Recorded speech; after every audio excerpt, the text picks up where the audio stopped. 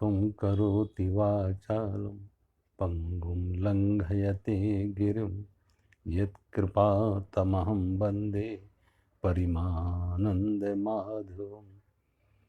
गुरुर्ब्रह्मा गुरुर्विष्णु गुरुर्देवो महेश्वरा गुरु साक्षात् परम ब्रह्म तस्मै श्री गुरुवे नमः। सर्वे भवन्तु सुखिनः सर्वे सन्तु निरामया सर्वे भद्राणि पश्यन्तु मा कश्चित् दुःखभाग् भवेत्। कर्पूरगौरं करुणावतारं संसारसारं भुजगेन्द्रहारं सदा वसन्तं हृदयारविन्दे भवं भवानी सहितं नमामि। ओम शांति।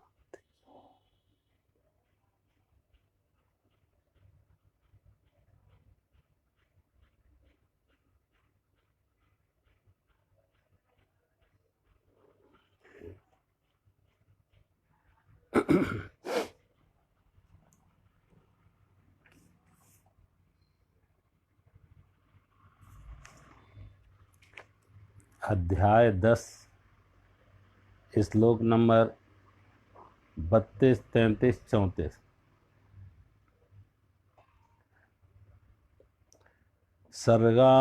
सर्गाणाम आदि अंतश्च मध्यम चैवाम अर्जुन आत्मविद्या विद्यानां बाधा प्रवदत्ताम अहम। भगवान कहते हैं, और हे अर्जुन, सृष्टि का आदि अंत और मध्य मैं हूँ, और विद्याओं में आत्मविद्या अर्थात ब्रह्म विद्या और परस्पर विवाद करने वालों का तत्व निर्णय के लिए किया जाने वाला वाद मैं हूँ।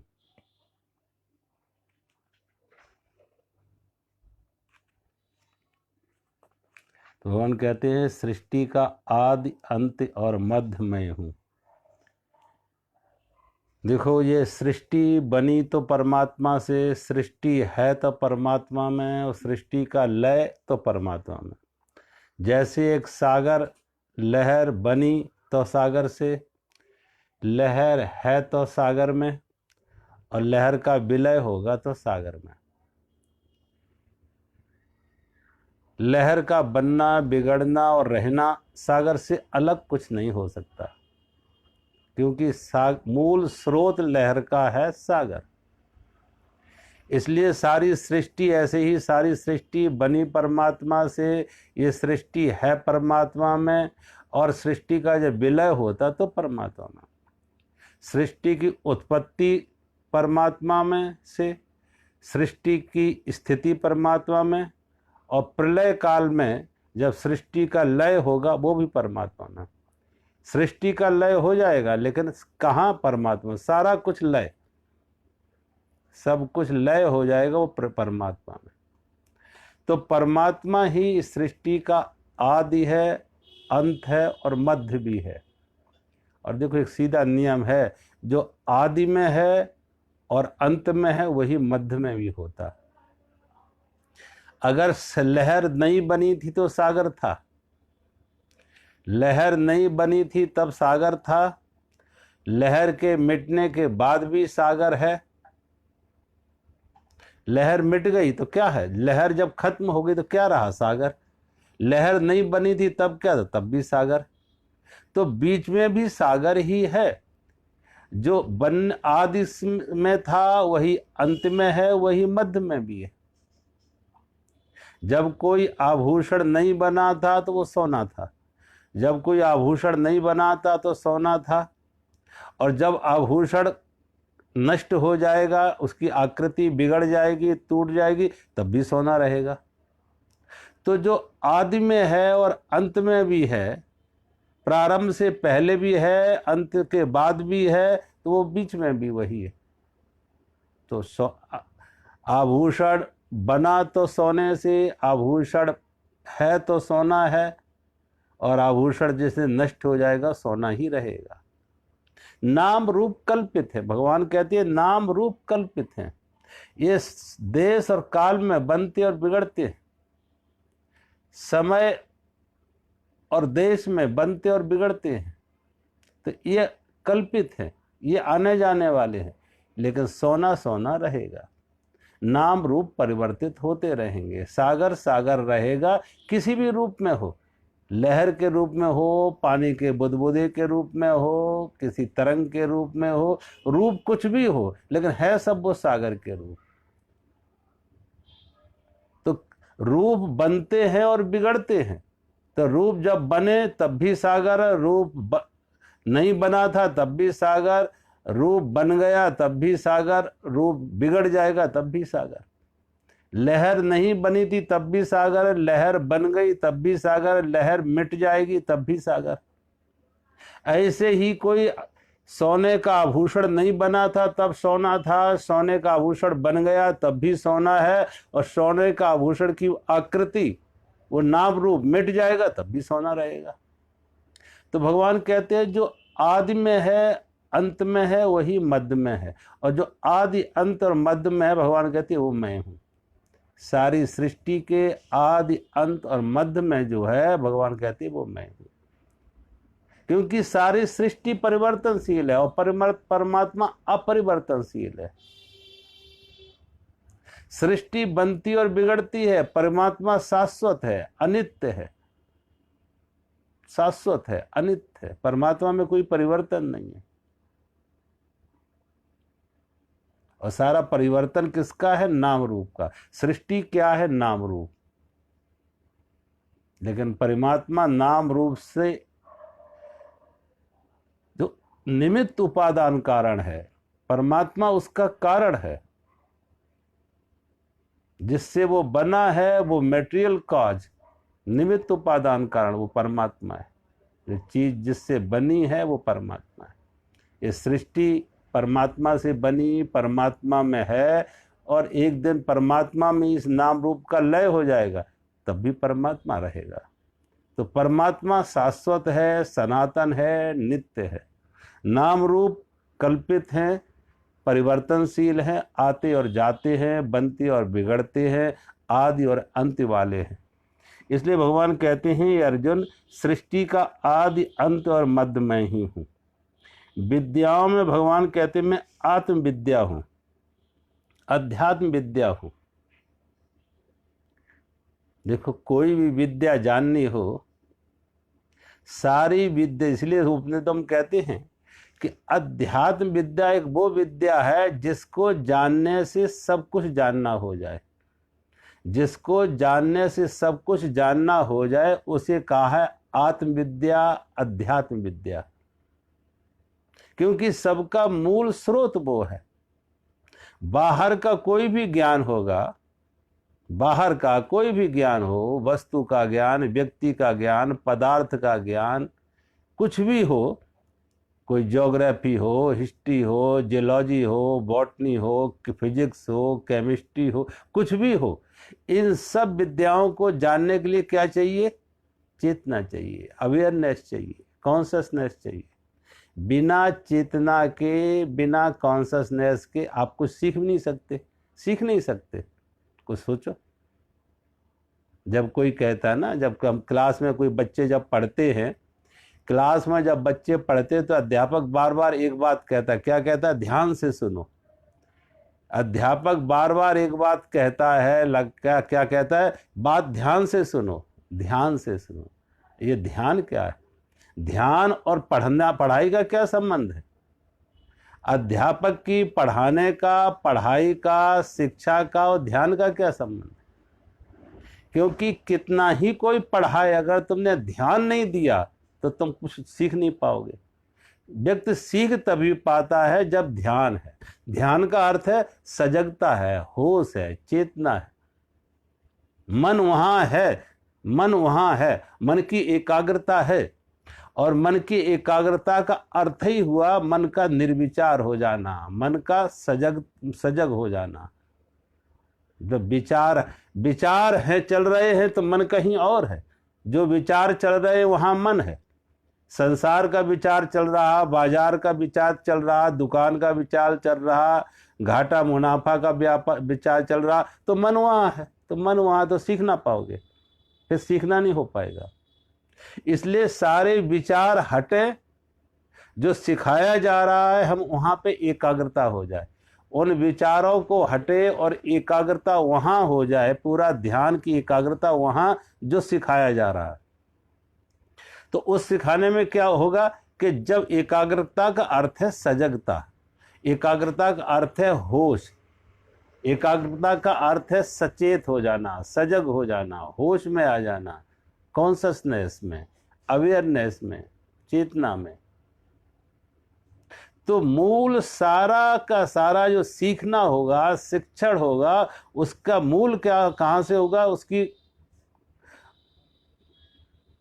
सीखना होगा कैसे? सजगता में, चेतना में।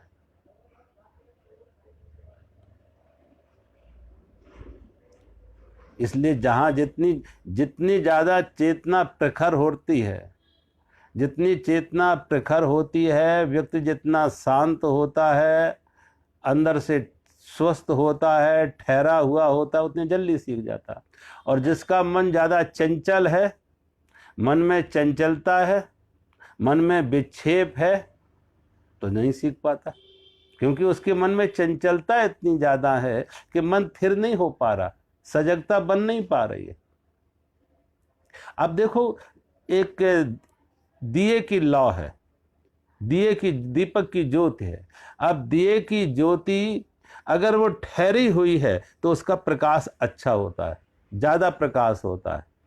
प्रकाश ज़्यादा होता है कब? वो ज्योत जब ठहरी हुई हो, और ज्योत कंपित हो, दीपक की ज्योत कंपित हो, हवा से कप रही हो, अस्थिर हो, तो जलती हुई ज्योत तो जल रही, लेकिन प्रकाश नहीं पूरा, इतना पर्याप्त प्रकाश नहीं है कि आप उसमें कोई पढ़ सके, लिख सके, क्योंकि उसकी ज्योत ठहरी हुई नहीं है। और ज्योत वही है, अगर ठहर जाती है तो प्रकाश ज़्यादा हो जाता है, और ज्योति ठहरी हुई नहीं है, कंपित है, चंचल है, तो प्रकाश कम होता है। तो आजकल ज्योति के ऊपर उसको ठहराने के लिए लोग क्या करते? उसको ठहराने के लिए उसके ऊपर कोई गिलास रख देते, एक शीशे का, चारों तरफ से शीशे से उसको ढक देते कि बाहर की हवा उसे कंपित ना कर सके, बाहर की हवा के झोंके उसे कंपित ना कर सके, इसलिए चारों तरफ से गिलास का एक खोल उड़ा देते हैं कि ज्योत का प्रकाश बाहर भी आ सके उस गिलास से, शीशे से, और हवा कंपित भी ना कर सके। ऐसे ही जब हमारी चेतना अकंप हो जाती है, निष्कंप हो जाती है, ठहर जाती है, जब चेतना हमारी में ठहराव आता है, कंपन से मुक्त होती है, तो हमारी चेतना, उसी को कहते, ध्यान अच्छा होता है, सजगता ज़्यादा होती है। तो कुछ भी जानना हो, कुछ भी सीखना हो, उसके लिए क्या है? सबका मूल क्या है? चेतना, अध्यात्म। इसीलिए उसको कहा आत्मविद्या, चेतना, होश, सजगता, एकाग्रता। अब भगवान कहते हैं सभी विद्याओं में अध्यात्म विद्या हूँ, और ये एक ज्ञान ऐसा है, सारी दुनिया का ज्ञान ले लिया लेकिन स्वयं का ज्ञान ना हो। सोचो, सारी दुनिया का ज्ञान तो है लेकिन स्वयं का ज्ञान नहीं, हम क्या हैं? लेकिन दुर्भाग्य यही कि हो यही रहा है कि आज सबकी मना स्थिति ऐसी है कि सब ज्ञान आदमी के पास है लेकिन स्वयं का ज्ञान नहीं है। कितना कुछ सीख लिया, आदमी की खोज कहाँ कहाँ तक हो गई। आकाश को खोज रहा, समुद्र को खोज लिया, समुद्र के गहराइयों में जाके खोज रहा है, आकाश की ऊंचाइयों में जाके खोज रहा है, ग्रह नक्षत्रों को खोज रहा है, कोई खोज बाकी ना रखी आदमी, सारे तरफ खोज रहा है, लेकिन एक ही जगह उसकी दृष्टि नहीं है, स्वयं में। कहते हैं परमात्मा ने, ब्रह्मा ने जब परमात्मा ने जब सृष्टि बनाई, कहते हैं भगवान ने जब परमात्मा ने सृष्टि बनाई, तो परमात्मा चिंतित हुए कि मनुष्य एक ऐसा प्राणी हमने बना दिया जो मुझे भी तंग करेगा, मनुष्य एक ऐसा प्राणी हमने बना दिया जो बुद्धि संपन्न है, विवेक संपन्न है, ज्ञान संपन्न है, लेकिन इसकी ये सब विवेक बुद्धि से संपन्नता ये हमें भी तंग करेगी। तो कहती है उन्होंने देवताओं को बुलाया, देवताओं से सलाह ली कि अब बताओ इस मनुष्य से बचने के लिए मैं कहाँ छिपूं, इस मनुष्य से बचने के लिए मैं कहाँ छिपूं। तो कहते हैं देवताओं ने सलाह दी कि अब तुम कहीं भी छिपो, ये मनुष्य तुम्हें खोज लेगा। ये तुम कहीं भी छिपो, पहाड़ों में छिपोगे तो पहाड़ गुफाओं में भी मनुष्य आदमी खोज लेगा, समुद्र की गहराई में छिपोगे तो समुद्र में भी जाके आदमी खोज लेगा।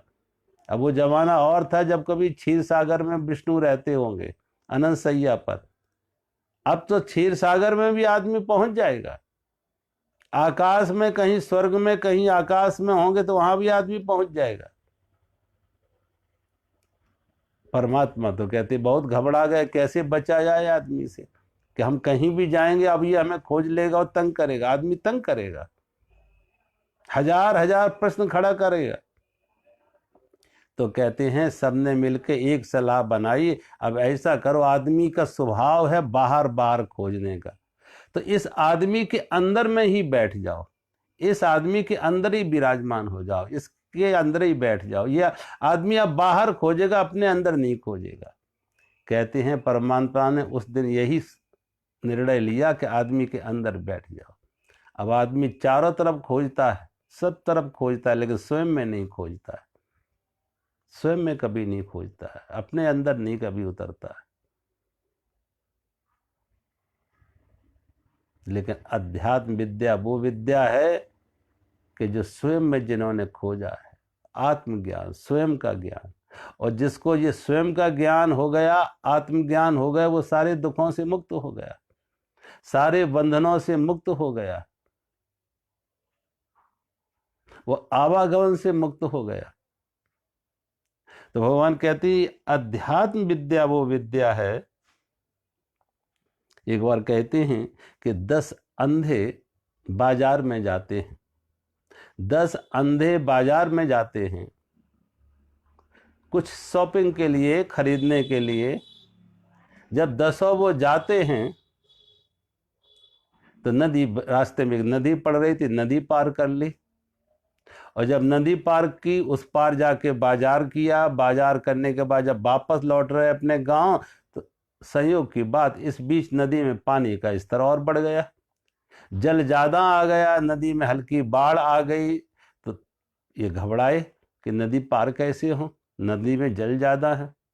फिर भी एक दूसरे का हाथ पकड़ के नदी पार की, और जब नदी पार की तो मन में डर था कि ऐसा तो नहीं कि कोई बह गया हो। तो कहा चलो हम लोग गिनती कर ले, संख्या गिन ले। और जब संख्या गिनना शुरू किया तो कहते 9 निकली, 9 निकली, 10 गए थे निकले 9। अब हो सकता है तो एक भूल हो गई हो गिनने में, तो दूसरे ने भी गिना तब भी 9, तीसरे ने गिना तब भी 9। कहते बारी बारी सबने गिना, संख्या 9 ही निकली। तो अब जब 9 ही निकली तो सबका निर्णय हो गया, बहुमत का राज, प्रजातंत्र, लोकतंत्र। 9 ने एक साथ गिना, 9 ने अलग अलग गिना, लेकिन सबका एक ही मत रहा कि संख्या 9 है। सबने अलग अलग गिना, लेकिन सबका निर्णय एक ही रहा कि संख्या 9 है। यानी एक कोई बह गया, एक किसी की मौत हो गई, डूब गया। तो 10 बैठ के उस एक पेड़ के नीचे रोने लगे। जब 10 बैठ के एक पेड़ के नीचे रोने लगे, कहते वहां से एक साधु निकला।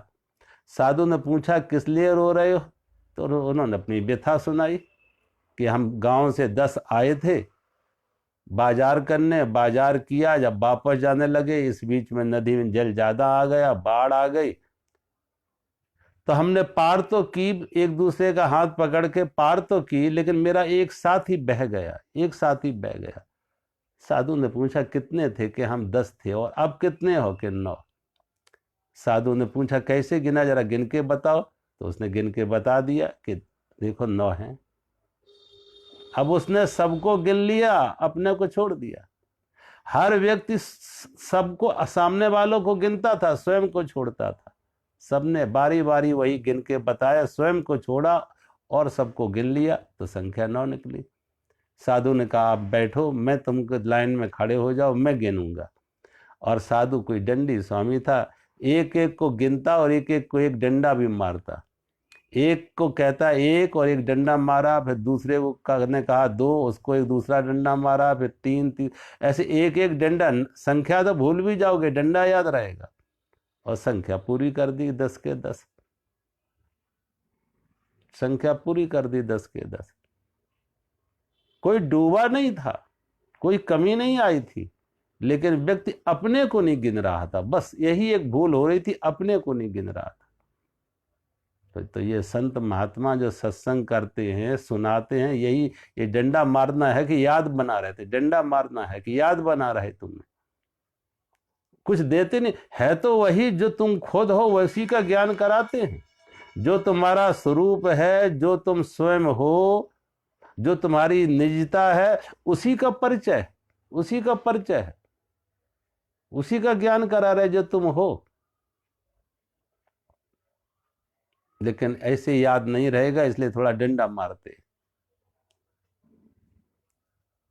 तो व्यक्ति का स्वभाव है सब कुछ खोजेगा, लेकिन सब कुछ ज्ञान लेगा, लेकिन स्वयं की विस्मृति है, स्वयं से दूर है,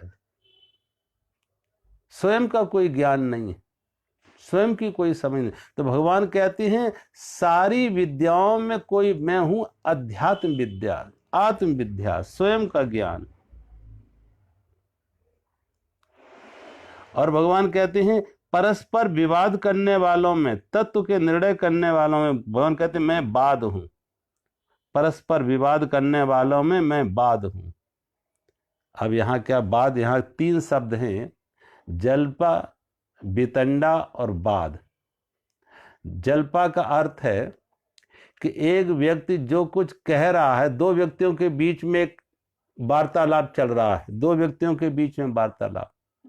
अब दोनों व्यक्तियों की कोशिश क्या है, वो अपनी बात का मंडन करेंगे, दूसरे का खंडन करेंगे, दूसरे के विचार का खंडन, अपनी बात का मंडन, अपनी बात मनवाना चाहेंगे, दूसरे की बात काटना चाहेंगे। और दोनों के बीच में हार जीत है कि अगर हम हार गए तो मेरा पराजय हुई, हार हुई, अपमानित होंगे। हार जीत का प्रश्न सत्य का कोई प्रश्न नहीं है। उनका लक्ष्य सत्य की खोज नहीं है, उनका लक्ष्य क्या है, हार जीत, मान अपमान, अपने अहंकार का पोषण कि मैं जीता तो मैं बड़ा, वो जो हारेगा वो छोटा। हार जीत का प्रश्न बना लिया, अहंकार का प्रश्न बना लिया।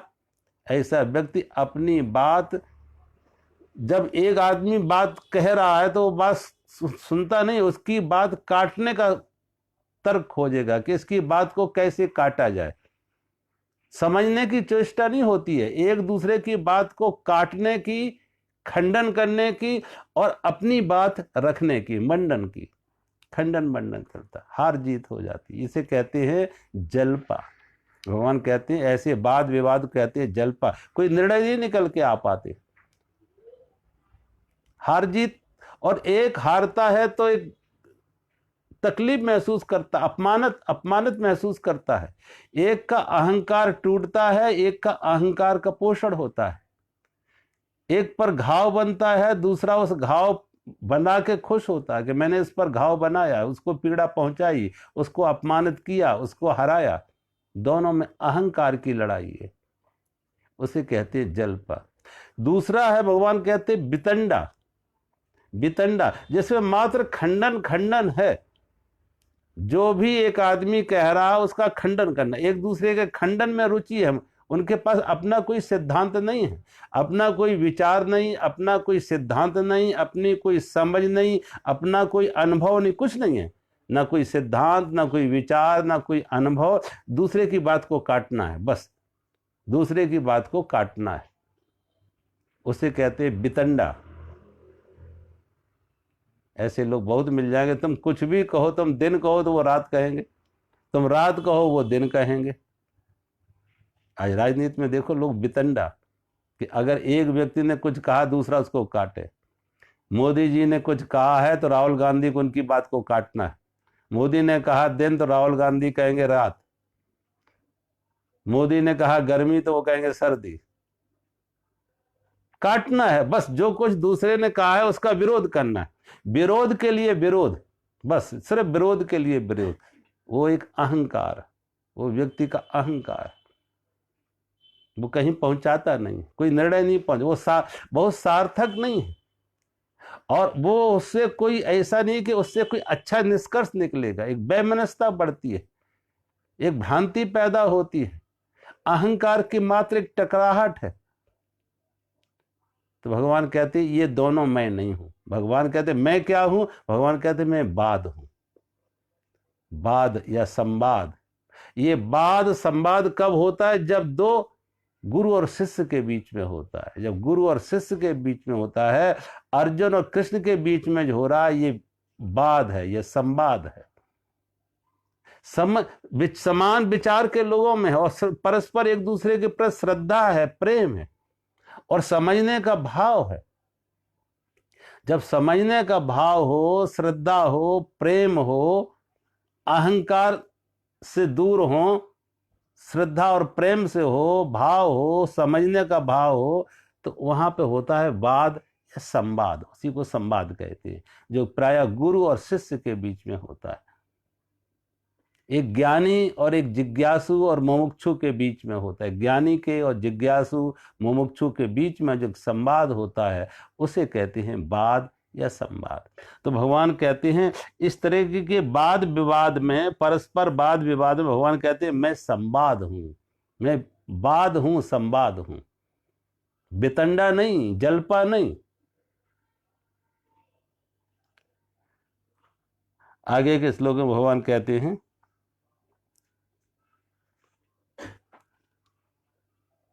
अक्षराणाम अकारस्मि द्वंद्वो समासिकस्य च अहम च अक्षया काला धाता अहम विश्वतो मुखा। भगवान कहते हैं मैं अक्षरों में अकार और समासों में द्वंद्व नामक समास हूं। अक्षय काल अर्थात काल का भी महाकाल, सब और मुख वाला विराट स्वरूप और धारण पोषण करने वाला भी मैं ही हूं। एक तो भगवान कहते हैं मैं अक्षरों में आ अक्षर हूं। देखो वर्णमाला शुरू होती है आ से, वर्णमाला शुरू होती है आ से, और ये जो ये स्वर है आ ई उ ए ओ औ, ये क्या है? ये स्वर है, और बकाया सब व्यंजन है।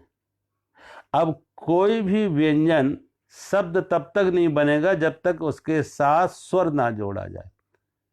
व्यंजन से व्यंजन जोड़ के कभी शब्द नहीं बन सकता। कोई भी व्यंजन से एक वॉवेल, एक कॉन्सोनेंट, तो स्वर व्यंजन से शब्द बनाना हो तो बीच में वॉवेल को जोड़ना पड़ेगा। बिना आ को, और खास तौर से आ, सब जगह देखो आ, क्योंकि व्यंजन तो लगभग आधा शब्द होता है। जब उसके साथ आ को जोड़ते हैं तो पूरा शब्द बनता है। व्यंजन आधे होते हैं, जब उसके साथ स्वर जोड़ते हैं, आ को जोड़ते हैं, तो पूरा अक्षर बनता है। तो भगवान कहते हैं अक्षरों में मैं आ हूं, क्योंकि वर्णमाला यहीं से शुरू होती है। सारे शास्त्र, शब्द, भाषा बनती है बिना आ के नहीं। कोई भाषा नहीं बन सकती है, कोई शब्द नहीं बन सकते, कुछ आप लिख पढ़ नहीं सकते हैं बिना आ को हटा दो। अगर समूची वर्णमाला से आ को अलग कर दो, आ का उपयोग ना करो, कुछ नहीं कर सकते, ना कुछ पढ़ सकते, ना लिख सकते, ना बोल सकते। बोलना हो, पढ़ना हो, लिखना हो, आ चाहिए। बिना आ के कोई शब्द नहीं बनेगा, बिना आ के जोड़े कोई शब्द नहीं बनता। तो इसलिए भगवान कहते हैं कि मैं अक्षरों में आ हूं, आ अक्षर हूं। और समासों में भगवान कहते हैं मैं द्वंद्व समास हूं, द्वंद्व समास। अब देखो ये द्वंद्व समास क्या है? समास शब्द क्या है? समास शब्द का अर्थ है जहां दो या तीन शब्द मिलकर एक शब्द बनाते हैं, जहां दो या तीन शब्दों के मिला के एक संयुक्त शब्द बनता है। एक संयुक्त शब्द बनता है, उसे कहते हैं द्वंद्व। अब जैसे कोई कहे गंगा सागर,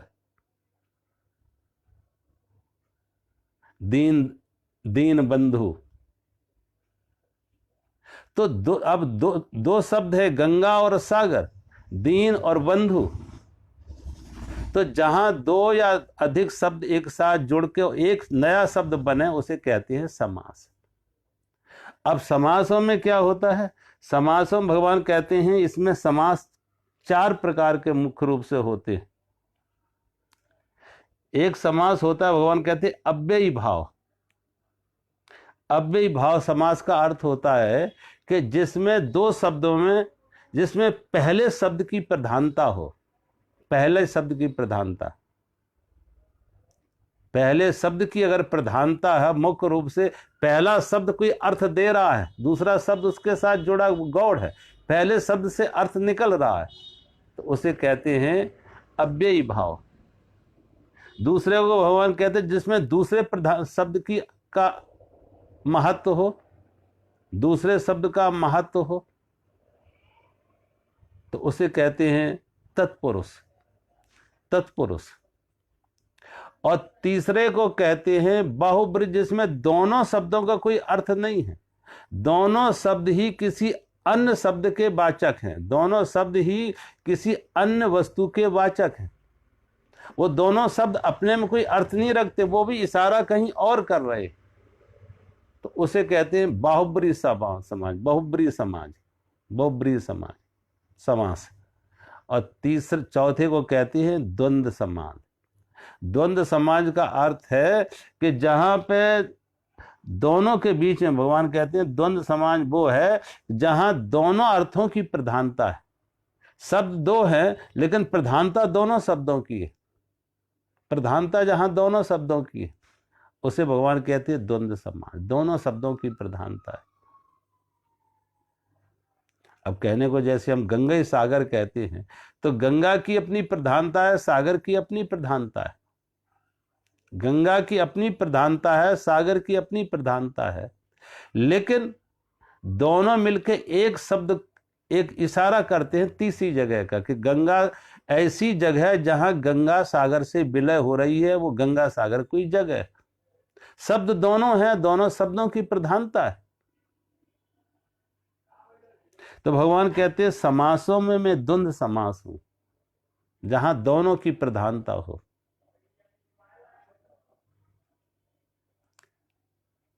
और आगे भगवान कहते हैं मैं कालों में अच्छे काल हूं, अच्छे काल।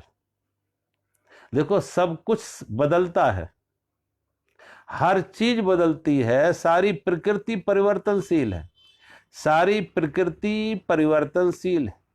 जो भी ये दृश्य जगत है, कुछ ऐसा नहीं जो ना बदले। सोचो, देखो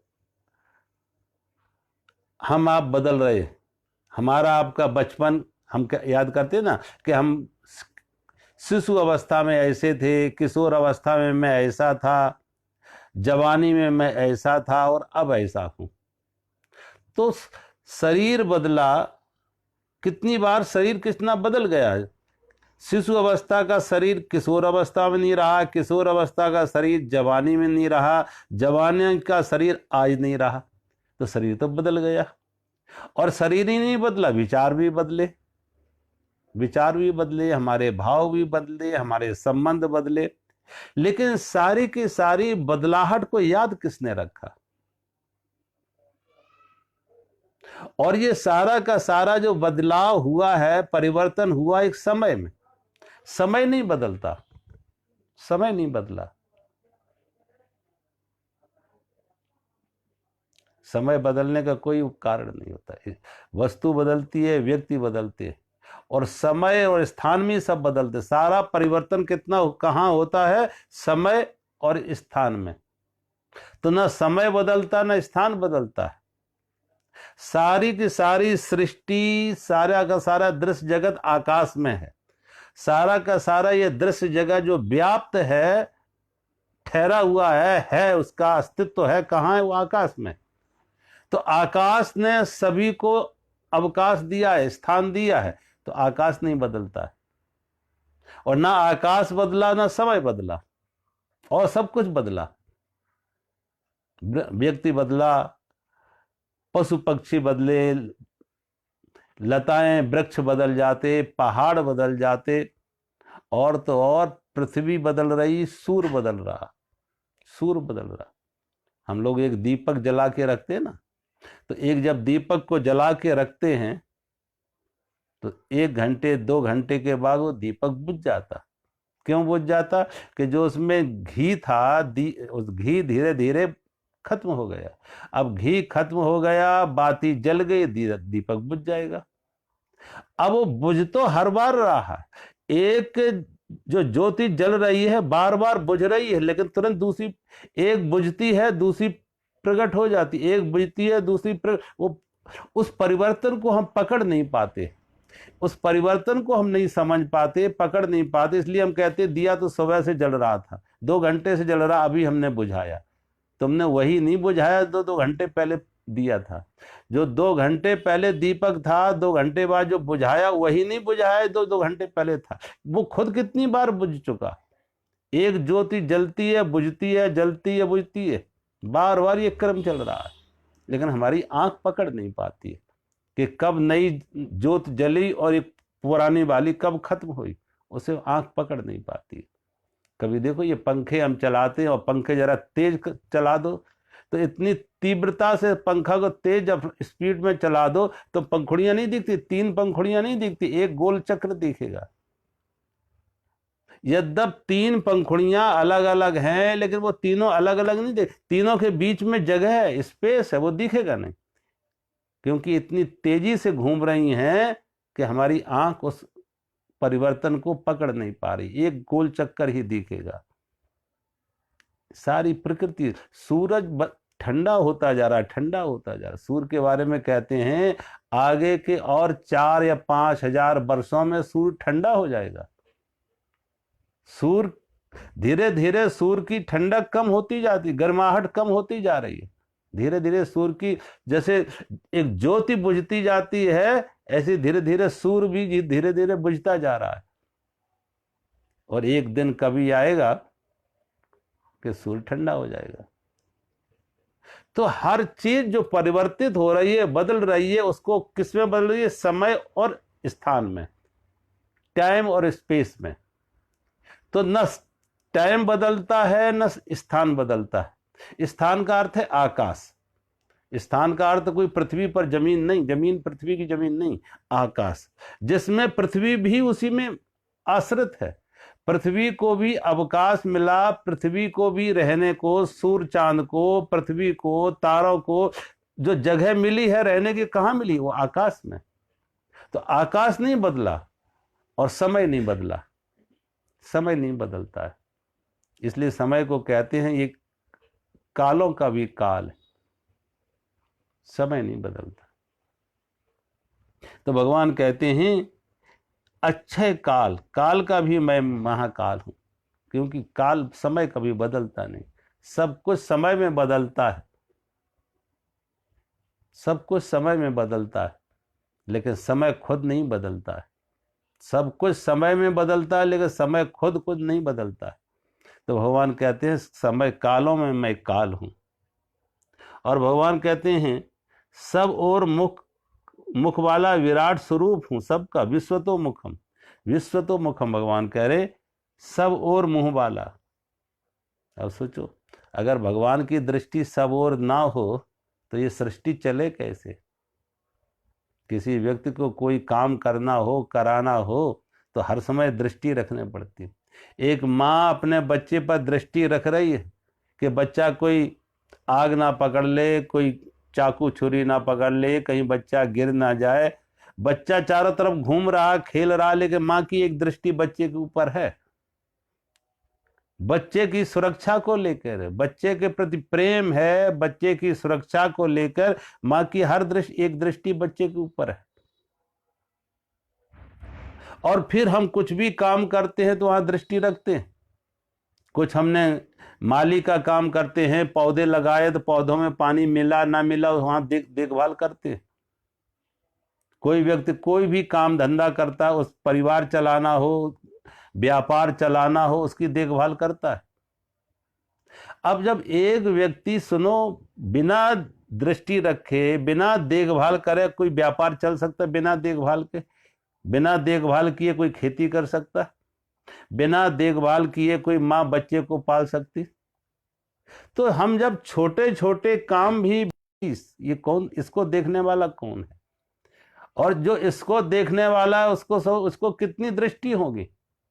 उसको एक दृष्टि से काम चलेगा, एक नजर से?